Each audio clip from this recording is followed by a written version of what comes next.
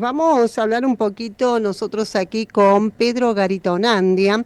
Él es un productor, un campesino, además fiel oyente de Radio Nacional. También trabajó en Radio Nacional hace muchos años, cuando apenas se inauguró Radio Nacional Perito Moreno. Y también voy a darle dos o tres datos. Él estaba a cargo de la intendencia en Perito Moreno cuando sucedió lo del volcán Jackson. Así que muchas cuestiones que tienen que ver con esta persona. Pedro, en principio, bueno, si nos estás escuchando, como decíamos, Río Turbio, Gobernador Gregores, Calafates y nosotros aquí, para compartir un poco toda la información que tiene que ver con el trabajo del campo. Te saludamos, muy buenos días, ¿cómo estás? Y gracias por atendernos. Muy buenos días a toda la audiencia de la Mañana Nacional y muy buenos días a los conductores del programa, que son de distintas ciudades de la provincia de Santa Cruz.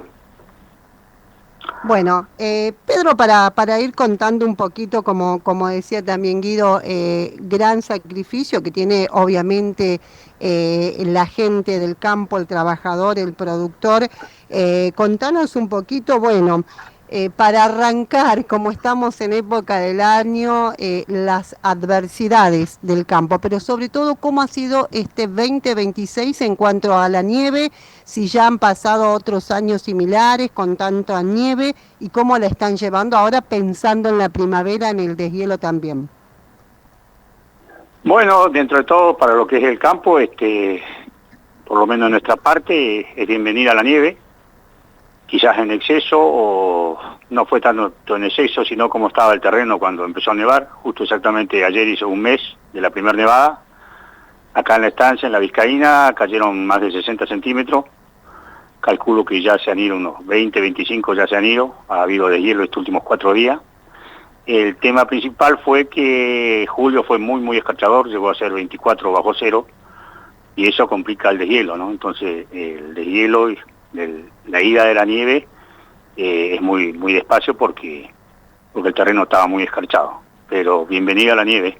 Lamentablemente en estos casos, no en la Vizcaína porque no tenemos las ovejas acá, sino que están en la invernada, están en un campo cercano a Perito, cambia totalmente el panorama porque solamente tenemos vacas y bueno, se las puede atender de otra manera.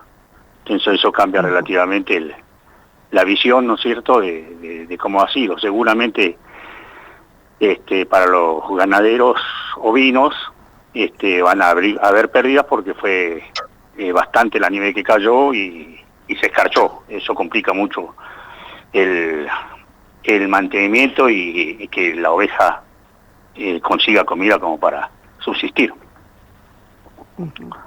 Pedro, bueno, decías, ustedes tienen vaca, tienen en realidad productores de vacuno y ovino, ¿verdad? Pero en el campo en sí ahora únicamente vacas.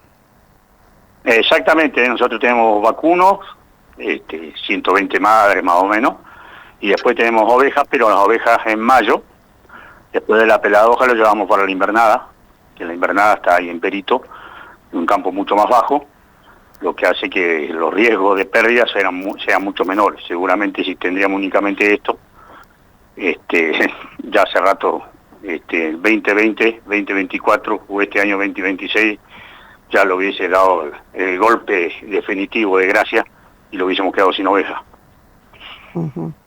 Pedro, bueno, y estas vacas que están obviamente en el campo requieren también de un suplemento que tiene que ver con una pastura adicional, ¿no? Es un trabajo también el poder tener el forraje necesario para la época invernal, solamente pasto, otro tipo de pastura también, o de algún otro tipo de alimento, de forrajes.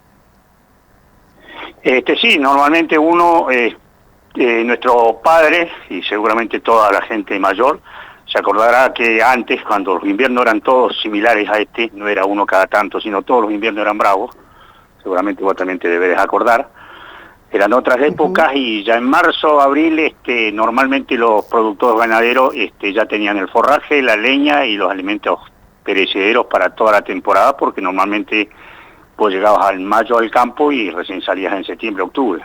Entonces uno aprende de esas experiencias de nuestros padres, ¿no es cierto?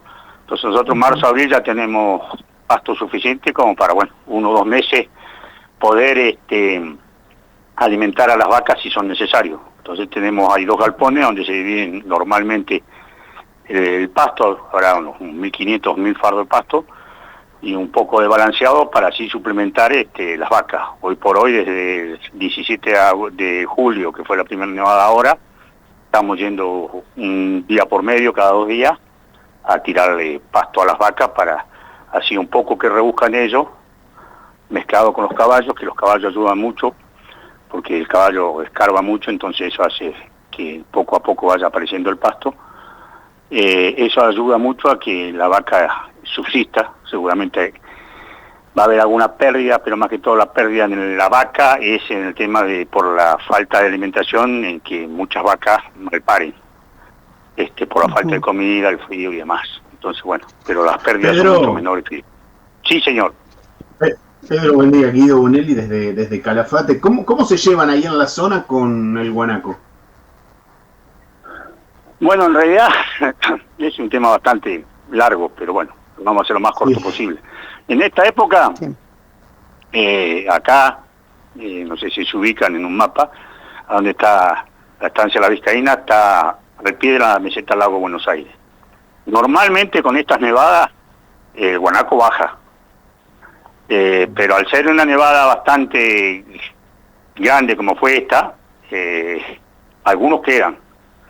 Otros no alcanzan a bajar porque, bueno, porque no alcanzan a bajar. El guanaco, al tener las extremidades muy grandes, muy largas, se enfrían, se tuyen, diríamos nosotros, y es tonto. Al nevar tanto se quedan a las vueltas, alrededor de una mata de calafate, ahí se juntan cientos de guanaco alrededor del calafate, no tienen que comer y terminan muriendo. Hoy por hoy acá en la Vizcaína podés encontrar, junto con las vacas y con los caballos, podés encontrar, no sé, 50, 100 guanacos. El resto, lo que ha podido, ha bajado. Era algo normal. Eso antes, hace 30 años atrás, en abril, cuando empezaban a bajar los guanacos, a hacer la migración, ya te indicaba de que se venía la nieve. Ahora no, con tantos años que hubo, usted no se tiene que acordar de que hubieron casi 15, 18 años que no nevó. Y eso hizo que el animal se malacostumbre. Entonces no tienen pasto arriba de la meseta, precisamente por la sequía, y cuando bajar no bajan, porque no nieva. Entonces, ¿qué hace? Se queda en el faldeo de la meseta, que es donde está dentro de todo un poco más de pasto y más agua. Entonces no hacen ni una cosa ni la otra. No bajan al centro de la provincia, ni en el verano suben arriba de la meseta porque no hay pasto. Con los 15 años de sequía que hubo, el pasto de la meseta es de la temporada. Entonces, al haber sequía, ese pasto no salió. Entonces ahora el guanaco normalmente, salvo en estos casos. Otro buen aspecto muy positivo de que estén presentes estas nevadas, ¿no? Que siempre decimos que es tan importantes para el campo. No, para el campo es triste decirlo cuando nieva mucho, pero la nieve en el campo no hay nada mejor, y en esta zona que es zona de nieve. Acá no es zona acá llover al año, pueden llover como mucho 30 milímetros, no es nada. O sea, acá en el invierno tiene que nevar. Lamentablemente tiene que nevar, por eso el productor ganadero, tiene que estar preparado. El tema es que si sos productor ganadero de ovejas, se te complica mucho el tema. Se te complica mucho porque con esta nevada, si nosotros tendríamos ovejas acá, ya no nos quedaría nada. ¿Cómo hacemos? En la superficie que tiene el campo, darle comida a las ovejas. Es imposible. Las vacas es distinta, porque uno las junta, son 150 vacas, las junta y le da comida y ya está. Pero con las ovejas se te complica mucho. Seguramente va a haber pérdida igualmente, por más que tengamos una invernada, pero es mucho menor la pérdida que tenés.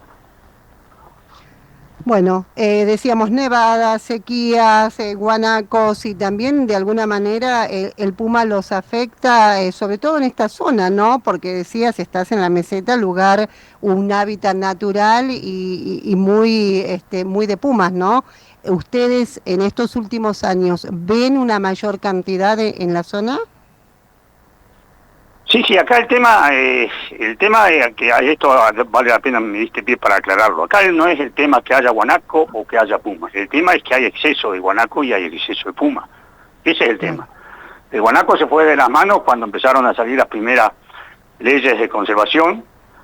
Cuando salieron las primeras leyes de conservación se dejó de chulenguear, lo que le decíamos antes, que en la época de aparición de las guanacas, los gauchos agarraban chulengo y vendían ese cuero, y los inviernos bravos. Bueno, estábamos hablando de lo que tenía que ver con la superpoblación, decías, de guanacos y de pumas que afectan obviamente a la producción de la ganadería. Sí, sí, así es. El tema es que tiene que haber alguna política de parte del gobierno de controlar. Porque así como nosotros tenemos que controlar, porque hay sequía, tenemos que bajar el número de haciendas, porque el campo no da, tampoco podemos por un lado nosotros bajar la cantidad de ovejas que tenemos porque no hay pasto y resulta que vienen guanacos. Entonces eso a uno no da. Nosotros en su momento hemos hecho intersiembra, 20, 25 hectáreas de intersiembra y ahí viven los guanacos, más que los terneros y que las ovejas. Entonces no, eso no va, hay que ponerle un límite. Creo que ahora salió un plan del manejo sustentable del guanaco, me parece perfecto. Me parece perfecto porque se puede aprovechar todo el guanaco.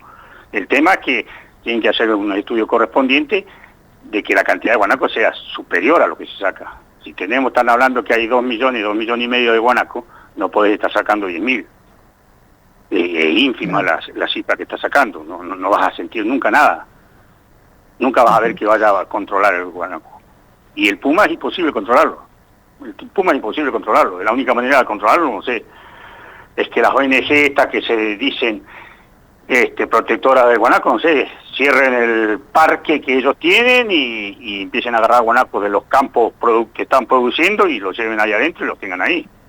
Porque no, es imposible, nadie se hace cargo del daño que produce el puma. A nosotros normalmente nos matan en temporada, que la hacienda llega acá en los primeros días de octubre hasta los primeros días de mayo, nosotros perdemos entre 300 y 400 animales por temporada. Y nadie se hace cargo de eso. Si vos te pones a sacar cuenta, 300, 400 animales son 40, 50 mil dólares. Claro. Pedro, bueno, y ustedes han tenido que incorporar, como decimos, porque hay que estar al orden del día, por decirlo de alguna manera. ¿Los perros protectores de animales desde cuándo los tienen y cómo llega esto? Porque antes, como decíamos, en la zona no existían, ¿no? No, eso no fue algo que empezó en Bariloche, creo que en la zona sur, más precisamente en la zona de Torres del Paine, del lado de Chile, eso ya existía. A nosotros el primer perro se los trajo en 2019, nos obsequió la gente del proyecto Macatoviano, los que crían los patitos. Ese los obsequió el primer perro. Después llegamos a tener 5 perros protectores. Es una herramienta más de trabajo, no es la solución. Vos tenés que seguir saliendo al campo todos los días, porque el perro normalmente está donde está el mayor número de ovejas. Entonces, agarra una punta de oveja y se te va a la otra punta del campo, 10, 15 animales, y no va un perro, pasa el puma y te mata eso. El tema principalmente del puma es no lo que come, sino lo que te mata, que esa es la gran diferencia que hay. Claro. Porque muchos dicen, no, la dieta del puma es guanaco, todo silvestre, todo nativo. No, es mentira eso. ¿Por qué? Porque si el puma está comiendo normalmente todos los días guanaco y un día salió a un campo vecino y mató una oveja, nunca le va a salir en la dieta que está matando ovejas. Entonces ese es el drama. Matar mata mucho, comer come poco y nada. Ese es lo más triste, porque es muy dañino. Lamentablemente es muy dañino. Es un animalito muy lindo, lo sé por experiencia propia, pero hace mucho daño. El tema de los perros, ya te digo, es una herramienta más de trabajo, pero eso no significa que nosotros, en el caso nuestro de la Vizcaína, que por tener 5 perros protectores, nosotros, tanto el mensual como yo, me quedo en la casa. No, tengo que seguir haciendo lo mío. Nosotros no solo tenemos perros protectores, también incorporamos luces disuasorias, que son luces de distintos colores, que titilean, que dicen que dan resultados. En Australia, según dicen, dan resultados. Bueno, los tomamos el trabajo de conseguir esas luces. Dependen del cuadro del campo que estén las ovejas de los animales, ponemos 11 luces de esas para tratar de que el puma no entre a hacer daño. Claro. Bueno, Pedro, también sabemos de que decimos hay mucha tecnología que hay que ir incorporando. De hecho, el traslado de el vacuno sí o sí se hace con un chip que ya sí está como incorporado. Todavía hay tiempo para ir adaptándose. ¿Y cómo lo han manejado ustedes? No, del tema de la, de la caravana, la caravana con sensor todavía, recién en esta época se implementa. A partir del 1 de enero de este año ya tenés que Obligatorio. poner tenés que poner la caravana con ese sensor. Hasta ahora no. Ujú. A partir del Hasta ahora primero no. sí ya empieza por obligación, por ley, tenés que presentar esa caravana al SENASA. Pedro, y en cuanto a la raza de vacunos, ¿ustedes trabajan siempre con la misma? ¿Van incorporando nuevas? ¿Cómo van haciendo? Nosotros trabajamos con el 90 y tanto por ciento de las vacas que tenemos son Hereford. En realidad Ujú. es casi el 100%. El tema es que tenemos un toro más chico, un toro Angus. ¿Por qué? Porque bueno, el Angus levanta más kilos a comparación del Hereford, pero eso no queda nada. De toda la producción que hay no queda nada Angus. Angus puede ser colorado o negro. En el caso nuestro tenemos el Angus negro. Pero solamente se deja para cría la Hereford. Lo otro sale todo. Ujú. Entonces si hay 10 terneros machos y 10 terneras hembras Angus negras, se va todo, no queda nada. Todo lo que hay es colorado, pampa. Bueno, Pedro, generalmente la gente que no conoce el trabajo del campo dice, bueno, el campo, animales, cordero, terneros y se terminó todo, pero hay un gran trabajo durante todo el año, porque hay señalada, hay vacunas, hay, decimos en esta época de invierno, hay forraje que comprar, que acumular. ¿Cómo han sido estos últimos años y cuáles son tus expectativas para esta próxima temporada? En cuanto a producción de animales y también lo que tiene que ver con la venta de lana. No, la perspectiva con los años cuando el invierno viene nevador, como este caso, como el 2024 o el 2020, seguramente la temporada siguiente va a ser buena en cuanto a la producción. El tema es que al tener tantas pérdidas vos no podés sacar los corderos. Así que dejarlo porque si no el número te cae. Si tenés 300 animales todas las temporadas menos y encima sacás lo que producís, o sea, todos los terneros que nacen, los corderos que nacen, los sacás, vas para atrás. Si así todo, a lata te pueden mantener, no podés sacar lo que nace. Así de simple, tenés que dejarlo para reposición para mantener un número. Porque si bajás un número ya la estancia no te da. Nosotros hacemos 3 arreos al año, de acá a la invernada. En octubre traemos las ovejas madres a parir acá, a hacer la esquila preparto acá en la Vizcaína. Mediados de octubre se hace la preparto acá en la Vizcaína. Después ya pare. Y en noviembre se trae todos los animales secos que vienen a ser capones y borrego. Eso ya viene esquilado. Y después en mayo bajamos toda la hacienda junta. Porque eso significa un gasto. Son 80 kilómetros, son 4 días de arreo que tenemos que hacer entre 4 y 6, 7 personas. Eso te lleva todo una logística y ni hablar del gasto, ¿no? Y es la única manera que tenés para ¿no? subsistir o sobrevivir o mantener un número de hacienda que te dé, decir el campo, bueno, yo vivo del campo. Viví con lo justo, no te sobra mucho, pero es la única forma de seguir produciendo acá en la zona. Somos pocos, muy pocos los productores ovinos que quedamos. Y si no hay, nunca hubo una ley, o nunca el Estado, tanto nacional como provincial, se dedicó a que haya políticas ganaderas para proteger y alentar a la producción ovina. La producción, digamos, del campo, la actividad ganadera, uno de los principales recursos que tiene nuestra provincia, ¿no? Pedro, bueno, podríamos hablar mucho, pero obviamente por la mañana y el tiempo es un poco más acotado. Nosotros decimos, por un lado, bueno, saber de que el trabajo del campo continúa, es un trabajo sacrificado, que hay no tantos, como decías, campos en producción en nuestra zona, por lo menos hablamos de nuestra zona, pero que bueno, que están. Y saber también por ahí que la compañía de la radio es permanente, sobre todo en esos días largos de invierno, donde decimos ahora todo el mundo tiene un panel solar, tiene energía eléctrica, pero a veces la nieve también te cubre esos paneles solares y te quedás sin energía y acudís a las AM, decimos, y donde es nacional también la compañía. Así que por ahí agradecerte estos minutitos y si querés dejar algún otro mensaje, pero bueno, da para mucho más, pero el tiempo está acotado a esta hora de la mañana. Sí, primero que todo agradecerles haberse comunicado con nosotros para más o menos saber lo que es el trabajo de campo, lo sacrificado que es, que no es tan fácil como lo que pinta. Normalmente lo que uno produce, el valor de lo que uno produce no lo pone uno. Si yo quiero vender un cordero, el precio no lo pongo yo. Si vendo la lana, el precio no lo pone el productor. Entonces la situación es bastante más desigual. Pero muy agradecido a Susana y a todos los conductores de la mañana de Nacional haberse comunicado conmigo. Y bueno, sí, siempre yo sé cómo es el tema de tiempo de radio, y bueno, esperemos que se repita estas charlas que sirven mucho para la información de mucha gente que no sabe lo que es el campo, que cree que todo es fácil, y no es así. Así que muchas gracias y bueno, quedo a disposición de ustedes para cualquier otro momento.